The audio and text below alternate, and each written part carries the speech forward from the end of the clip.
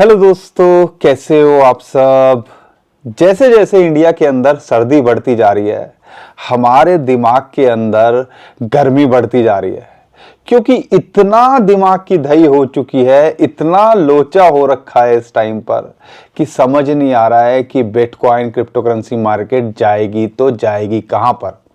और उसके पीछे रीजन है कि यहां पर गोल्ड अपने ऑल टाइम हाई पर, सिल्वर अपने ऑल टाइम हाई पर, S&P 500 यूएसए की मार्केट अपने ऑल टाइम हाई पर, वहां तक कि जब ग्लोबल अनसर्टेनिटी हुई पड़ी है दुनिया के अंदर, पता नहीं कब क्या हो जाए, उसके बाद में भी यूएसए की मार्केट हो, गोल्ड सिल्वर हो, एक साथ ऊपर भाग रहे हैं। लेकिन यहां पर बिटकॉइन और क्रिप्टो करेंसी को ऐसे लगता है कि फंसा के रख दिया है यार यहां पर। तो इस वजह से पोर्टफोलियो को देख के दिमाग की गर्मी तो बढ़ना लाजमी है। लेकिन यहां पर ये हो क्यों रहा है, ये एक बहुत बड़ा सवाल है जो यहां पर अक्सर हमसे बहुत कॉमनली पूछा जाता है। उसके बारे में तो मैं आपको बताऊंगा ही, लेकिन ट्रम्प भाई साहब जो इस टाइम पे कर रहे हैं, और जो अब एक और टेंशन निकल के आ गई है कि यूएसए के अंदर शटडाउन, गवर्नमेंट शटडाउन। आपको याद होगा इसी कार्यकाल में ट्रम्प भाई साहब के 1 अक्टूबर को यहां पर यूएस शटडाउन लगा था। उसके बाद हमने कुछ ही दिनों के अंदर बिटकॉइन को ऑल टाइम हाई लगाते देखा था।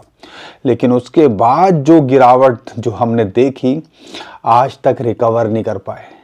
क्या बिटकॉइन वैसी ही चाल चलेगा कि एक बार फड़फड़ा के $1 लाख के पार जाएगा, या भैया यहां से और नीचे आएगा?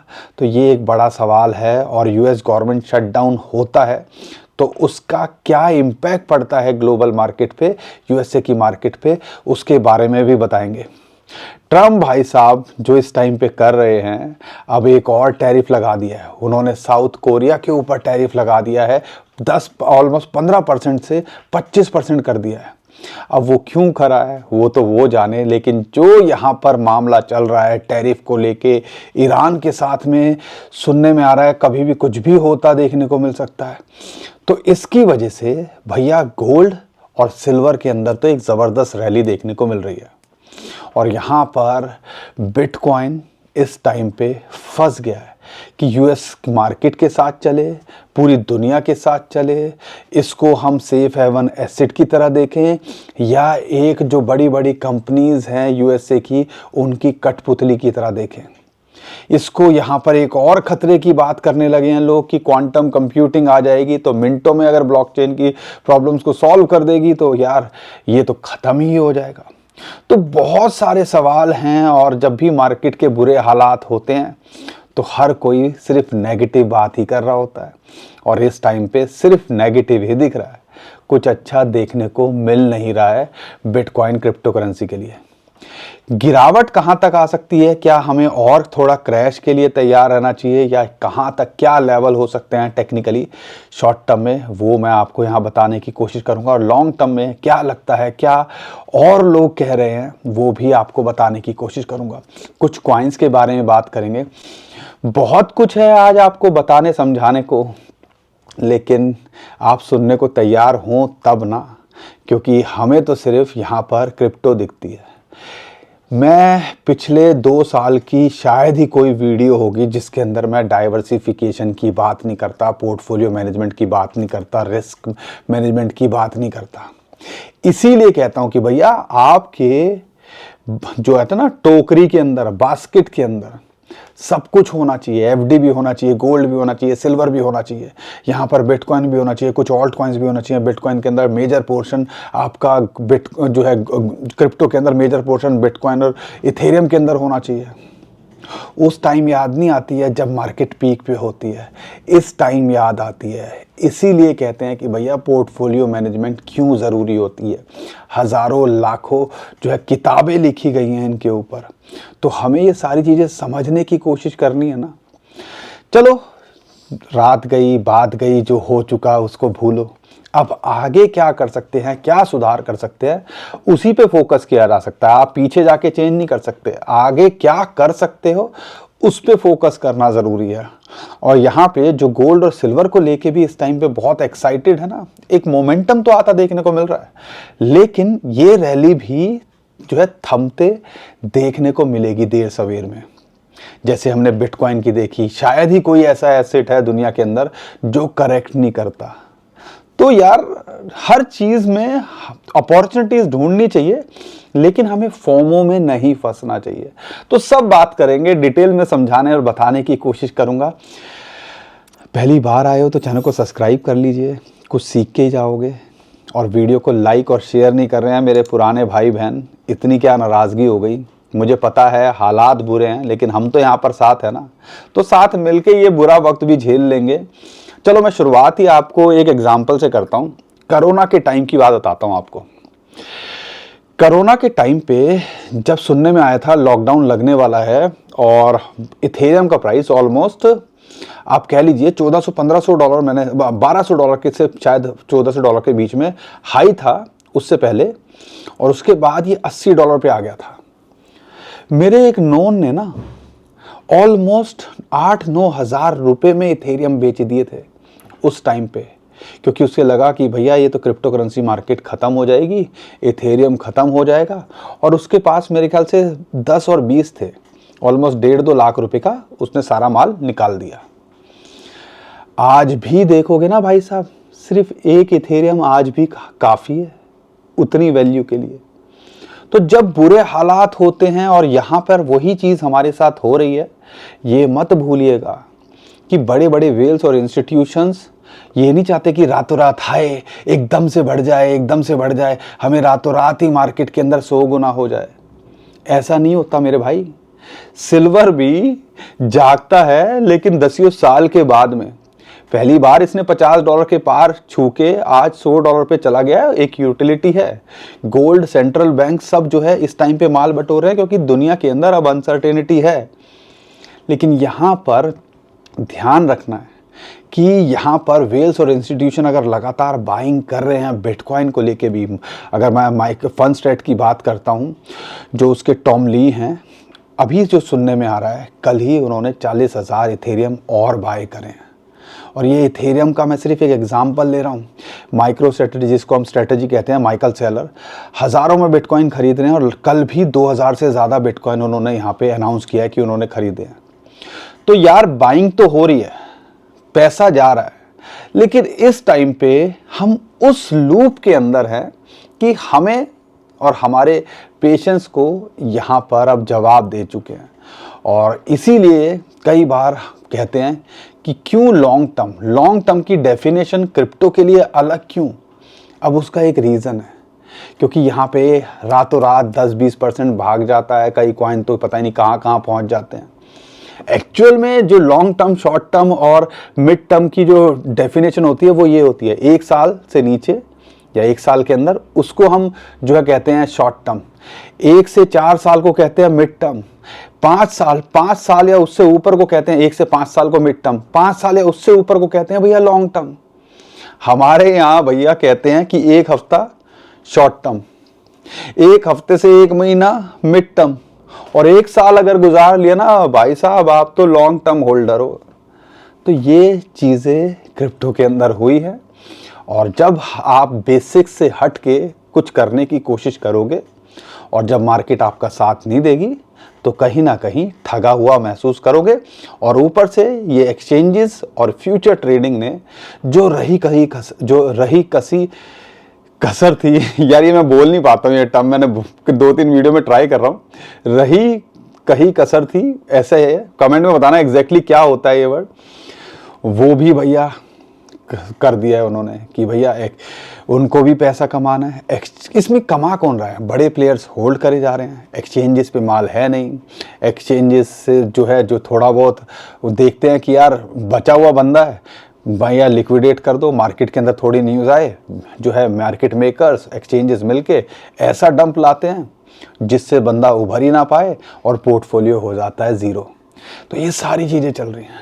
लेकिन मुद्दा वीडियो का आज ये नहीं है, ये तो हम इमोशनल में बह गए इसलिए मैंने आपको ये सारी चीज़ें बता दी। मुद्दा आज है कि क्या मार्केट यहाँ सस्टेन कर पाएगी, बिटकॉइन सस्टेन कर पाएगा। और यहाँ पर जिस हिसाब से ग्लोबल सिचुएशन बन रही है, ईरान और वॉरशिप की बात हो रही है, आपको पता होगा यूएसए ने वॉरशिप भेज दी हैं और एस्केलेट हो सकती है, तो ग्लोबल टेंशन है, उसकी वजह से गोल्ड और सिल्वर पे इम्पैक्ट देखने को मिल रहा है। सिल्वर का चाइना का रोल भी है, उसके बारे में भी मैंने बहुत बार बात करी है, तो बार बार ये बात नहीं बताऊंगा। अभी की जो लेटेस्ट न्यूज़ है उसको समझिएगा, वो है कि यूएसए शटडाउन। 1 अक्टूबर को जो यूएसए शटडाउन हुआ था, उसके बाद क्या हुआ था, मार्केट को लगा यार ठीक है ग्लोबल अनसर्टेनिटी बढ़ेगी, और फिर उससे फायदा क्या हुआ, बिटकॉइन भागा। 1 हफ्ते तो उसने मजा दिया और उसके बाद हमने आज तक उसकी सजा भोग रहे हैं। तो यहाँ पे जो यूएस शटडाउन के पीछे का रीजन निकल के आ रहा है कि भैया जब गवर्नमेंट को चलाने के लिए कुछ फंड्स चाहिए होते हैं, और फंडिंग दोनों पार्टी जो मेन है यूएसए की वो अप्रूव करती है तब मिलता है, नहीं तो जो जरूरी संस्थान है, डिफेंस हो गया या कुछ जो इंपॉर्टेंट चीजें जिनके बिना सिस्टम ठप ही हो जाएगा वो ही चलते हैं, नहीं तो जो भी 8-10 लाख एम्प्लॉयज हैं भैया वो घर में बैठते हैं। याद होगा इसी की वजह से कुछ डेटा नवंबर में नहीं आ पाया था, क्योंकि अक्टूबर में शटडाउन था, और सबसे बड़ा शटडाउन था, ऑलमोस्ट 43 डेज का ये शटडाउन चला था यूएसए की हिस्ट्री के अंदर। अब इसके पीछे रीजन क्या है, वो है आइस वो बर्फ वाली बात नहीं कर रहा हूँ, इमिग्रेशन अथॉरिटी की बात करते हैं उसकी बात कर रहा हूँ, क्योंकि वहां पर उन्होंने कुछ कर दिया था जो नहीं होना चाहिए था, और उसकी वजह से जो दूसरी पार्टी है वो यहाँ खड़ी हुई है कि भैया उसको फंडिंग करोगे, उसको चलाने के लिए अगर चाहिए पैसे तो हम नहीं देंगे, तो इस बात पे अड़े हुए हैं। अगर ये फंडिंग नहीं होगी और पॉली मार्केट पे जाते हो तो इसके जो चांसेस हैं वो लगभग 80% पे हो गया है कि यार 31 जनवरी यानी कि नए महीने से यहाँ पे यूएस गवर्नमेंट शटडाउन होता देखने को मिले, तो इसकी वजह से थोड़ी और अनसर्टेनिटी आते देखने को मिल सकती है। पिछली बार हुआ था कि बिटकॉइन ने एक नया ऑल टाइम हाई लगाया था, और अगर ऐसा होता है तो बिटकॉइन इस टाइम पे ऑलमोस्ट 86, 87, 90 हज़ार डॉलर के आसपास चल रहा है। यहाँ से अगर एक क्विक बाउंस दिखा दें, 1 लाख डॉलर पे छू जाए तो हम ज़्यादा शॉक नहीं होंगे, लेकिन जब तक ये ग्लोबल सिचुएशन सुधरती नहीं है, जब तक यहाँ पर गोल्ड और सिल्वर के अंदर थोड़ी करेक्शन नहीं आती है, वहाँ का पैसा थोड़ा डाइवर्ट होके बिटकॉइन और क्रिप्टो करेंसी में नहीं आता, तो यहाँ पे ये असमंजस की स्थिति बनी रहेगी। तो इसीलिए कह रहा हूँ शॉर्ट टर्म में हो तो थोड़ा सा फोकस आपको लाइंस पे करना है। अब लाइंस क्या कहती हैं, मैं आज नहीं बोल रहा हूँ, 1 हफ्ते बाद पुरानी वीडियो भी देख लीजिएगा, 1 महीने बाद पुरानी वीडियो भी देख लीजिएगा।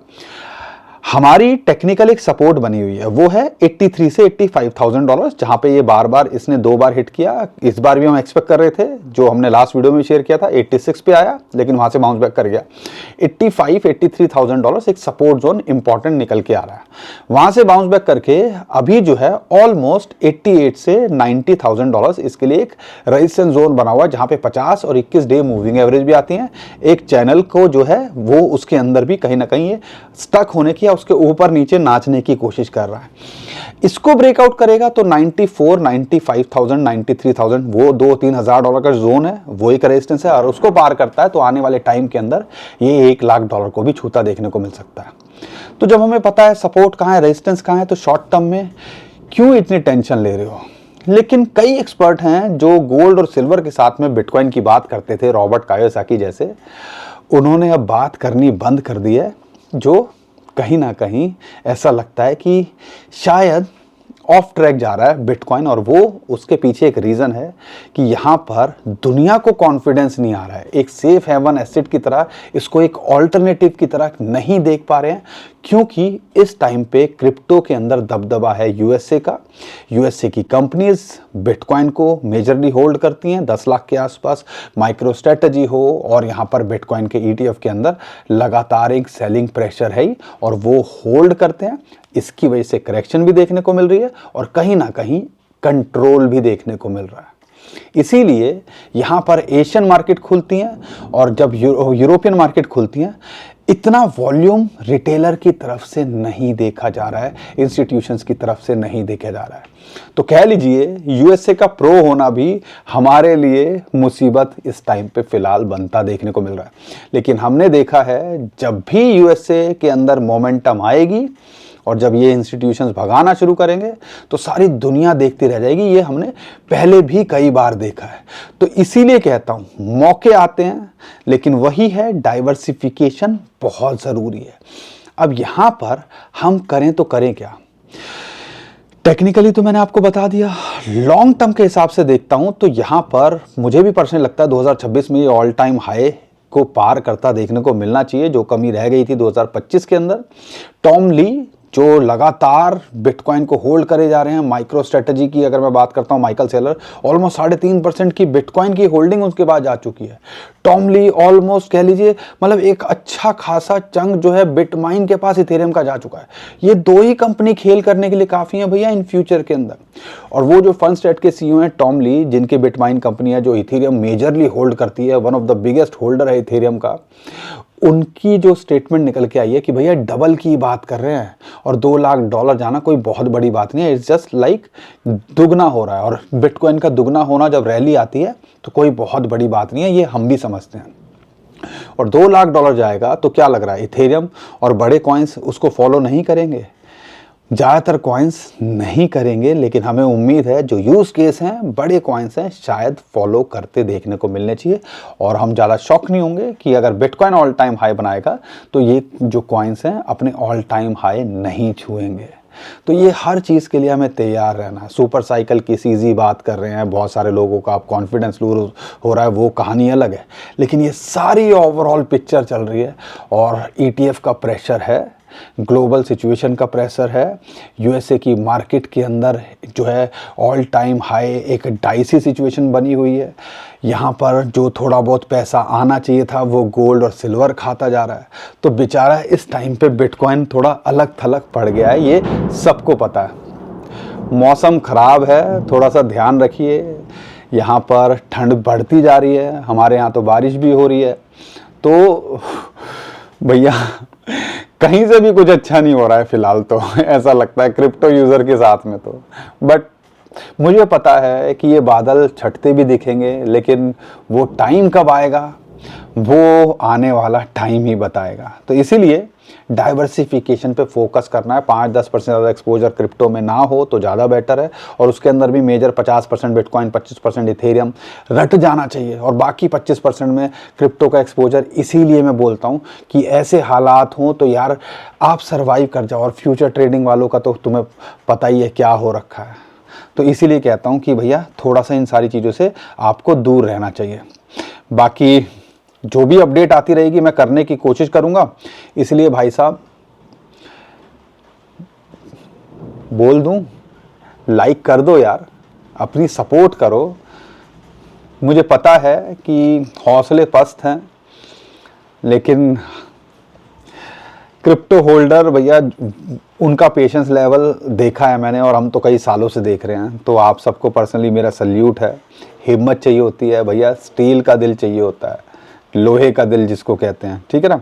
अब यहाँ पे मैंने जैसे बिटकॉइन की बताई है, अभी अगर मैं इथेरियम की बात करता हूँ तो इथेरियम वही है $2800 $2900 पे, वही फिबोनाची की रेशियो 0.5 वहाँ पे होवर कर रहा है।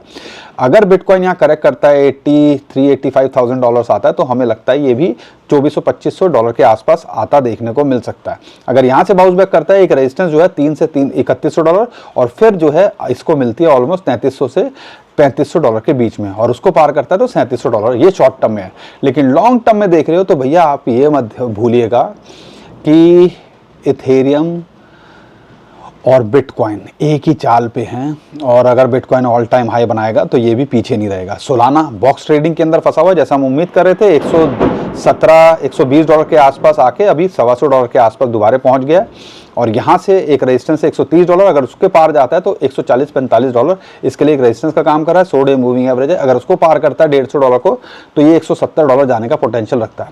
कार्डानो $0.35, ये भी एक अच्छे लेवल के आसपास है, जहां पे अभी रिसेंटली डिप लगाया था, अपने लो के आसपास है। एक रेजिस्टेंस है $0.4, अगर उसके पार जाता है तो ये भी 0.45 आधे डॉलर जाने का पोटेंशियल रखता है। अगर मैं XRP की बात करता हूं, सारे कॉइन्स जो अभी रिसेंटली पिछले महीने बॉटम बनाए थे उसी को टेस्ट करके वहीं के आसपास हैं। तो आप देखिए कि ज़्यादातर बड़े कॉइन्स के अंदर अगर गुंजाइश हो तो थोड़ा सा देखने की कोशिश कीजिए, नहीं तो अगर आप बिटकॉइन और इथेरियम में भी हो और उस पर फोकस कर रहे हो तो कोई हर्ज नहीं है। लेकिन यहाँ पर अगर मैं बात करता हूँ XRP की, $1.8 के आसपास सपोर्ट मिल रही है और एक रेजिस्टेंस अगर $2 का है, वही दो लेवल है, बाइंग जोन आप कह सकते हो। अगर उनके पार जाता है तो ये $2.5 जाने का पोटेंशियल रखता है, ये भी अपने ऑल टाइम हाई को छूने का पोटेंशियल रखता है।